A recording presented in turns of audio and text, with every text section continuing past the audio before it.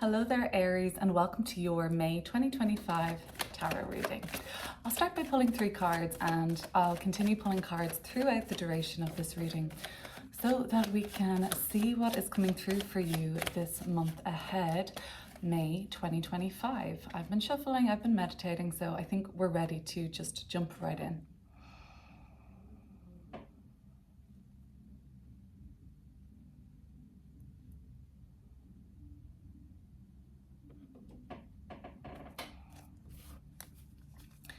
Okay, the Moon, the Eight of Wands in reverse, and the Strength card.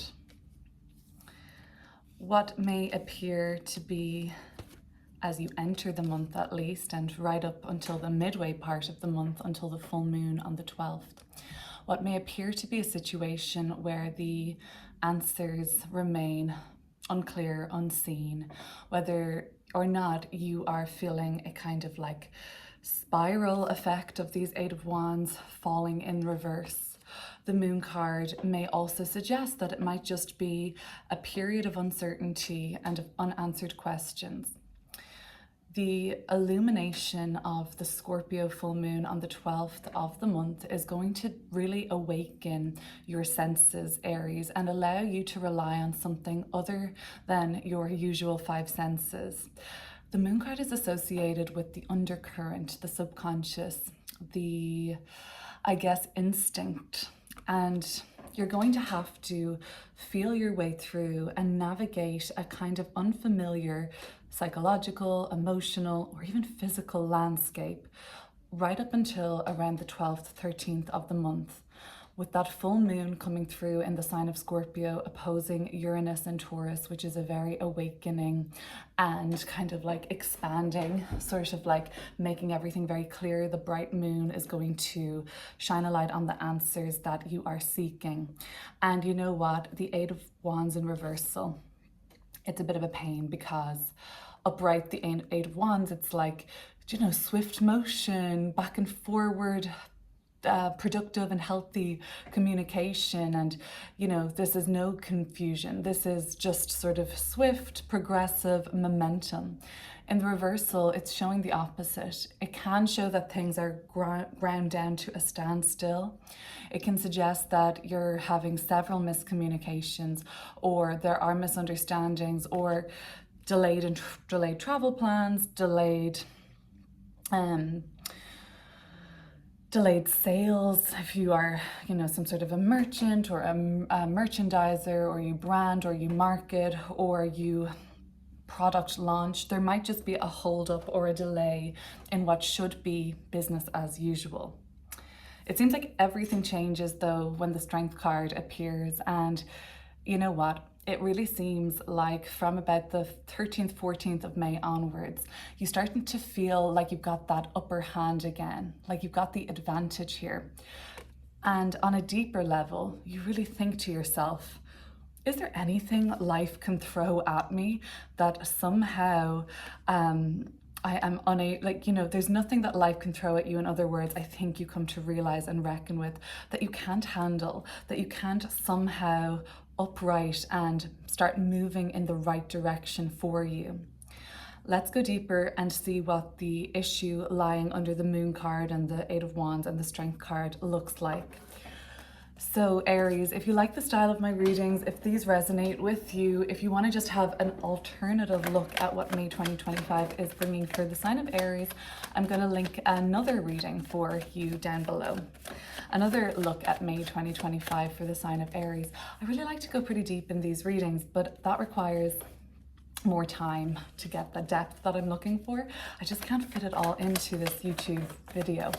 But yeah, that's where you're going to find a little bit more. Make sure you're subscribed, leave a comment, like this video, and share anything you like to do to support the growth of this channel. So let's look at the Moon card. The Moon card's medicine is faith, faith in the unseen, faith in something more macrocosmic, something beyond ourself. The power of prayer, the power of surrender, of trust.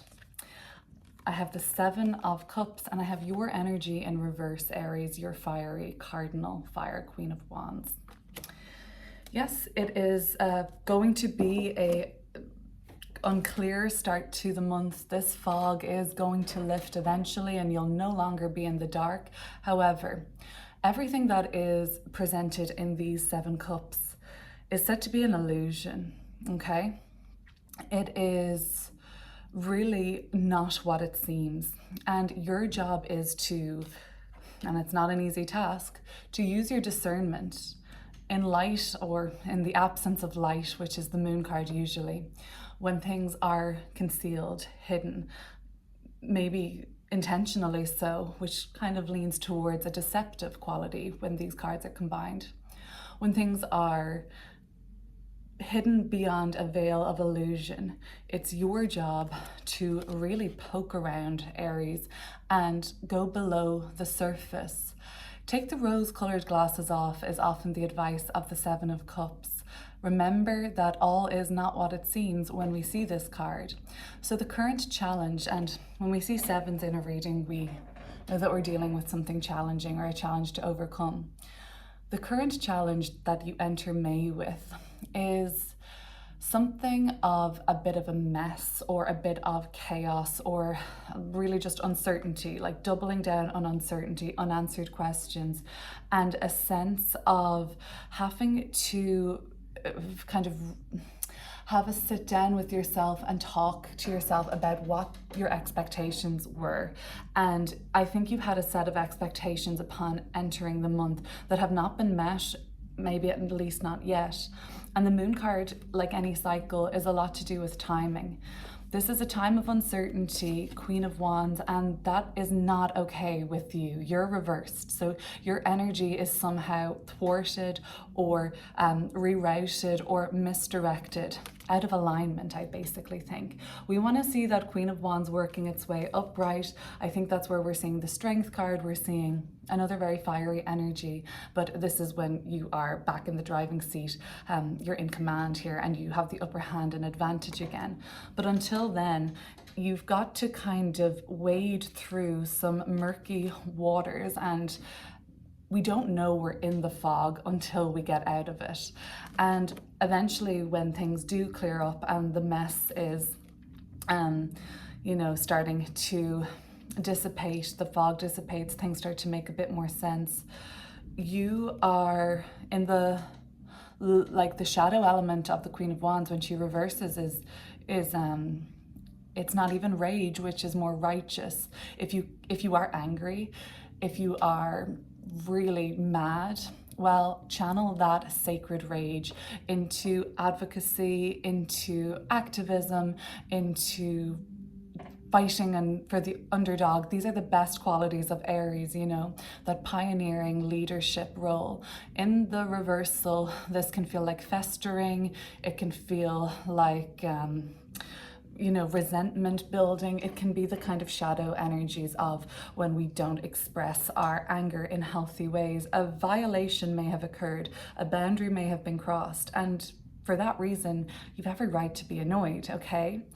The Queen of Wands could also be reversed to suggest that you are lacking in confidence due to the fact that the month has started off so full of insecurity and unsureness and unanswered questions. Like the moon card at its very worst is spiraling into despair. At its best is trust and faith that everything is meant to be the way it is and will turn out okay.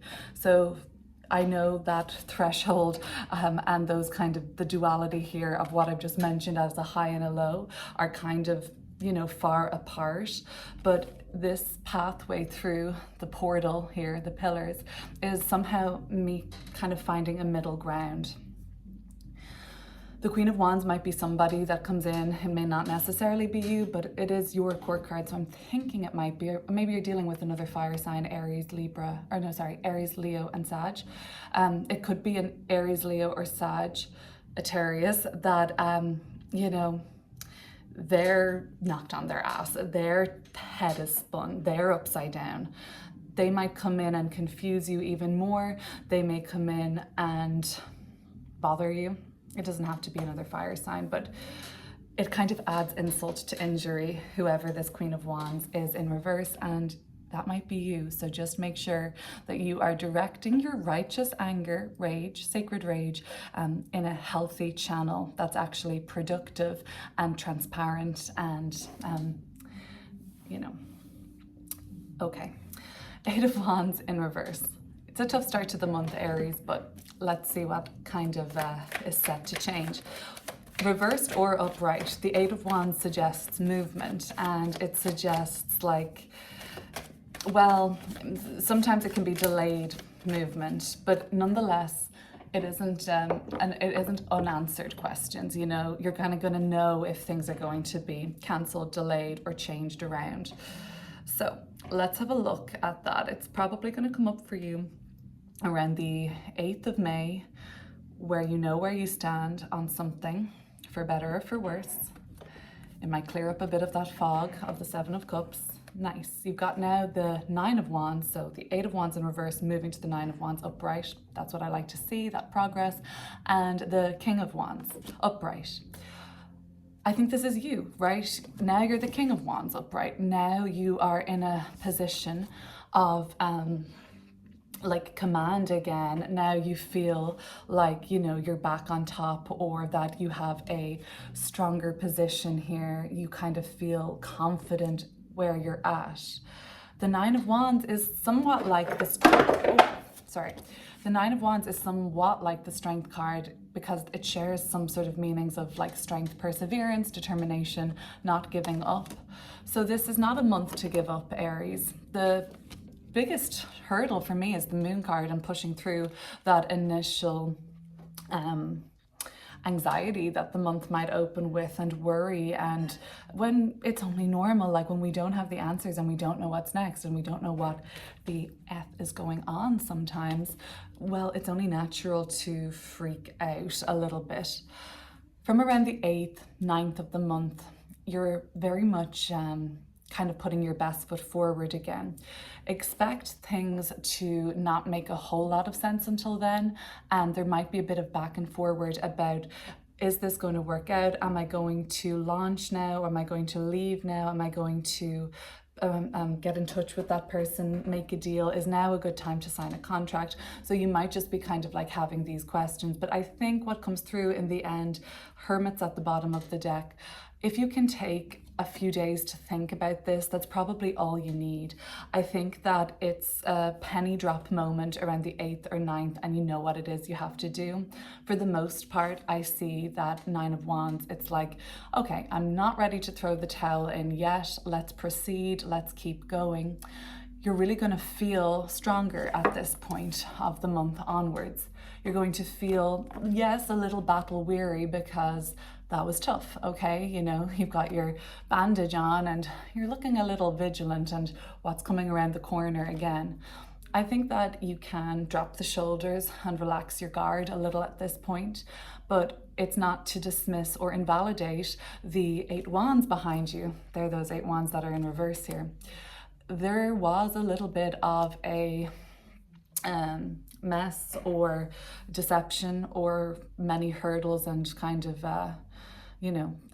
obstacles, things that were tricky and they were tiresome, and at many times you felt let me just reset, let me give up, let me pass this baton and bow out of the race in a sense. But you didn't, and you don't, and that's why you are the King of Wands. And you're oh, now I remember everything that I've been through. They're the Eight Wands behind you, and that I will rise again, come out on top. You rise to any challenge this month, and this affords you a position of great strength, of great respect. You are seen as a very valuable contributor to work, to goals, to family life. Your presence is revered and respected, and this kind of authority that you are embodying at this time is still very warm. It's not this kind of hostile, potentially, if not just a little irritated or stressed energy of the Queen of Wands. The Queen of Wands might actually just be actually a lack of confidence, or you're depleted, right? No longer from around the 8th or 9th onwards, it seems that you are feeling depleted or a lack of confidence. In fact, it's like there's a double down of remembering who you are and how effective you are and how necessary your voices, your efforts are, your presence is. So that's a nice kind of reset, okay? Okay, the Strength card. Let's have a look at what's coming through with the Strength card.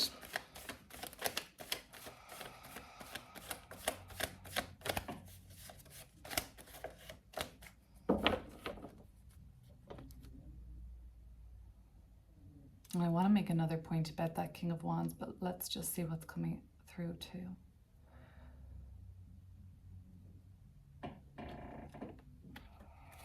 Oh, okay.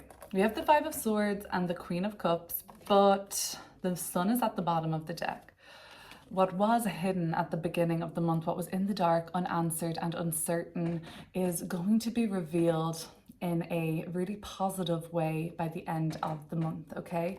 What was hidden begins to come clear, okay? This is really, really affirming. And yeah, okay, you're gonna know who or what messed up. And this Five of Swords is a card of a pretty serious error, I think. Error of judgment, or worst case scenario, you know, intentional malice. But I don't really see that being the case for everybody. I think that there was an error here, a regrettable decision or choice.